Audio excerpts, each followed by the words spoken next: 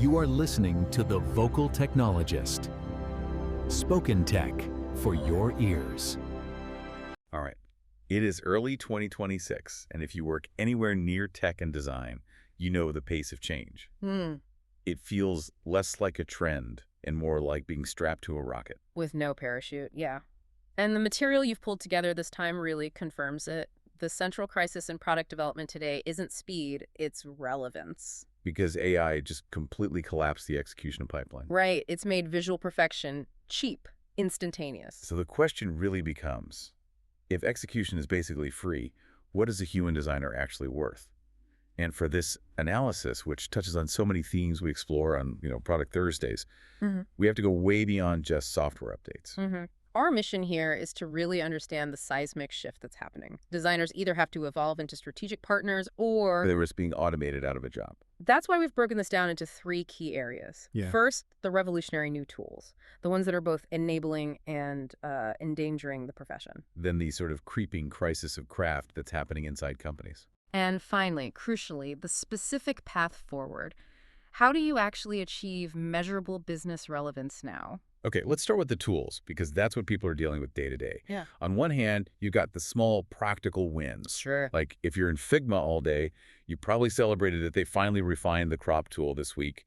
Faster access, better aspect ratios. Yeah. It's a nice polish. It's necessary polish, absolutely. But those kinds of quality of life updates feel almost quaint compared to the foundational shifts that are happening at the same time. We are moving from efficiency to what feels like actual magic. And this is where it gets really interesting. The tools that are fundamentally rewriting how we create things. Let's talk about Alibaba's Qwen AI model. Oh, yeah. What's fascinating with Qwen is how it just removes the painstaking technical work of layer separation. It just does it for you. It automatically splits any image into separate editable layers, transparent backgrounds. You can tell it you want 3 layers or 8, and suddenly the background, foreground, people, they're all independently modifiable. That's not just a speed boost. That's the death of tedious masking. Exactly. And the video side is arguably even more impressive. Luma AI released Ray 3 Modify. This one blew my mind. You can generate a video just from a start and end frame, but the real trick is the modification part. Right. You can take a character reference like an avatar or a specific style and just apply it to existing footage. But, and this is the key, it preserves the original human performance. The timing, the motion, the emotional delivery. It's like a digital costume, but for an entire performance. And the market is reacting to this compression of creative time in just an explosive way. I mean, look at vibe coding. Lovable, that Swedish startup, lets you build whole apps just with text prompts. And it just hit a $6.6 billion valuation. That's more than triple what it was just last July. They hit $200 million in recurring revenue in a year. That kind of growth is just staggering. But we have to introduce some friction here, because can we really trust this speed if the foundations are, legally shaky? This is the central tension. The speed of innovation is hitting the immovable object of intellectual property law. And Adobe, of all companies, is right in the crosshairs. They're facing a proposed class action lawsuit, and the allegation is that they used pirated books. The controversial Books 3 collection, that's what, 191,000 pirated titles? All of it contained in the Slim Pajama dataset to train their Slim LM language model. Which is used for mobile document assistance. So the legal mess just ripples out everywhere. And this isn't some isolated thing, right? No, not at all. It's part of this growing wave of lawsuits against Apple, Salesforce, Anthropic.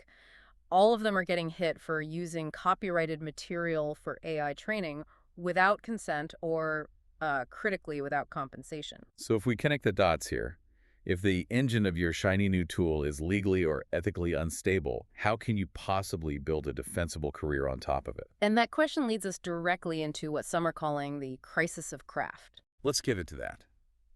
That internal dysfunction. I think the most painful critique that's floating around is that UX design has been reduced to cheerleading. It's such an effective insult because it's so true in many places. The designer's job is just to legitimize ideas that have already been decided on, not to actually solve a real problem. Why does that happen? Because the process itself is structurally broken. That build, measure, learn loop, which is supposed to be iterative and flexible. It's just become a straight line. Exactly. It's build first, then measure, then use the learning to justify what you already built. Right. Teams are just terrified of failure, so design research is brought in to soothe anxiety and rubber stamp decisions. And when design is in that role, the designer becomes the accountability sink. If it fails, oh, it's because the design validation was wrong. Or the user research was too late. Yeah. This dysfunction is literally killing major firms. You're not kidding. The $268 billion design agency market is seeing huge established firms just shut down. And the reason is stark. When design is stuck just executing, clients increasingly see it as a commodity that can be replaced by an AI prompt. The agencies that are surviving are the ones who shed that service provider identity. And became strategic consultants. That's it. So that's your core concept, the integration gap. If I'm a designer listening now, and I'm really, really good at execution, how do I actually bridge that gap? Because historically, designers who tried to get into the boardroom were just dismissed. That is the crux of it. It's about translation. Closing that gap means designers have to change how they talk. So stop talking about colors and fonts. Stop talking about features. Start talking about measurable outcomes. Conversion rates, churn reduction, risk mitigation. It means you have to deeply understand the company's business model and operate like a partner who can make judgment calls, not just an order taker. But that requires a technical fluency that, let's be honest, a lot of designers actively shay over the last decade. There was this collective decision in the early 2010s that designers didn't need to know how the code actually worked. And that decision has come home to roost with AI. When these new generative tools launched, even in familiar platforms like Figma, they had flaws. They generated broken code. Right. And a lot of designers lacked the foundational knowledge to even evaluate the output. You can't audit the engine if you don't know how an engine works. And if you can't audit your own tool's output, your strategic relevance just evaporates. You're just a vendor for high-speed, unverified stuff. Exactly. So if AI has collapsed the space between an idea and a perfectly polished artifact, what's the new human bottleneck? What's left for us? The new bottleneck is taste. It's judgment, it's vision, it's the ability to articulate why one specific direction just feels right for the user, for the business, and for the culture. This is the art of vibe design. Okay, expand on that, because taste sounds really abstract. What does that look like in practice? It means moving beyond just generic aesthetics. Taste is understanding the market. It's identifying the moment when a trend has peaked and is about to become what some researchers call visual elevator music. I like that. That generic, inoffensive style that AI just spits out because it's the average of everything it's seen. Precisely. Taste is the ability to blend data and culture and a clear vision to anticipate what will resonate next. It's asking, does this design communicate competence or authenticity or ambition, and then choosing the right mix? And to do that, you have to make your research actually count, which is where designers always get frustrated, right? Because good research reveals inconvenient truths. Internal failures, bad decisions, challenges to authority. Yeah. So how do you make sure that necessary but painful research isn't just ignored? The skill there is storytelling, not data dumping. You can't just throw a 50-page PDF at leadership and expect them to care. You have to wrap that data in a compelling narrative that emphasizes a shared goal. And give them a clear, actionable path forward. The goal isn't to be right. It's to show them a better future they can rally around. It also seems to require basic relational skills. There's that great piece of advice, talk first, design later. I love that. Prioritizing deep personal conversations over endless email chains. Actually researching your clients as people, their goals, their fears. That connection builds a partnership that no amount of software skill can replace. And that partnership needs a shared language for measurement. So if we're going to talk business outcomes, we need to ditch the vanity metrics. And use a framework like TARS to measure future impact. I think TARS is great because it forces you to focus on what matters. It combines 4 metrics: target audience size, Adoption, retention, and satisfaction. Why is that combination so much better than just looking at, say, active users? Because it demands nuance. High adoption with low retention. That means your feature is a churn trap. It's easy to find, but it's useless. Right. And low adoption but high satisfaction means you've got a great niche feature that just needs better marketing or visibility. Exactly. TARS lets you map your features on a 2x2 grid. It connects design work directly to real business value. So high adoption but low satisfaction, that's your red zone. Improve it or kill it. And if it has high retention and satisfaction, that's your anchor. Protect it.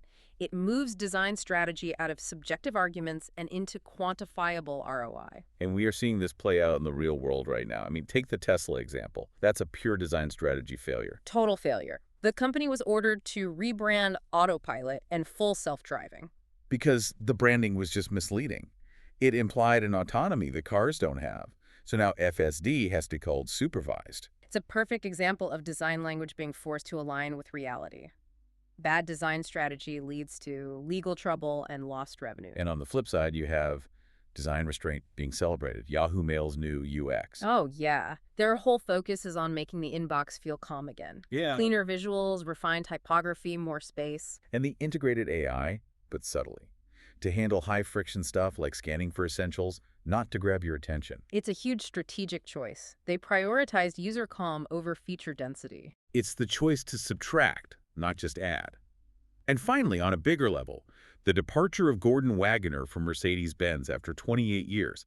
That's highly relevant. Because his tenure wasn't just about car bodies, it was about brand architecture. He was a true strategic design leader. He expanded the Mercedes brand into speedboats, into aviation. And he fundamentally repositioned a legacy brand to be more youthful through collaborations with people like Virgil Abloh and Nigo. That's proof that design vision can drive massive business diversification. So we started this with the blinding speed of AI, which can render anything in seconds, but we're ending on the absolute necessity of strategic judgment, taste, and restraint. The whole conversation confirms it. Speed is no longer the metric for success. Integration, strategy, and vision are. We're seeing AI converge on that visual elevator music because algorithms just reinforce common patterns. Which makes human originality the premium commodity. It has to be. So designers have to stop being visual executors and become architects of business outcomes. The future of the entire profession rests on closing that integration gap. And that brings us to our final thought for you to chew on. If AI handles all the polish and all the speed, the true value of human designers shifts completely. It shifts towards authenticity and emotional resonance, things that require human judgment to define and deliver. So what if the most essential design skill in 2026 isn't mastering the newest software, but instead it's blending those highly polished generic AI elements with a deliberate strategic imperfection to achieve a result that signals authenticity and personality? The future of design might not be about pristine perfection at all, but about the strategic application of the deliberately imperfect. The subtle signs that a human, with taste and with judgment, was still in charge. Spoken Tech for your ears.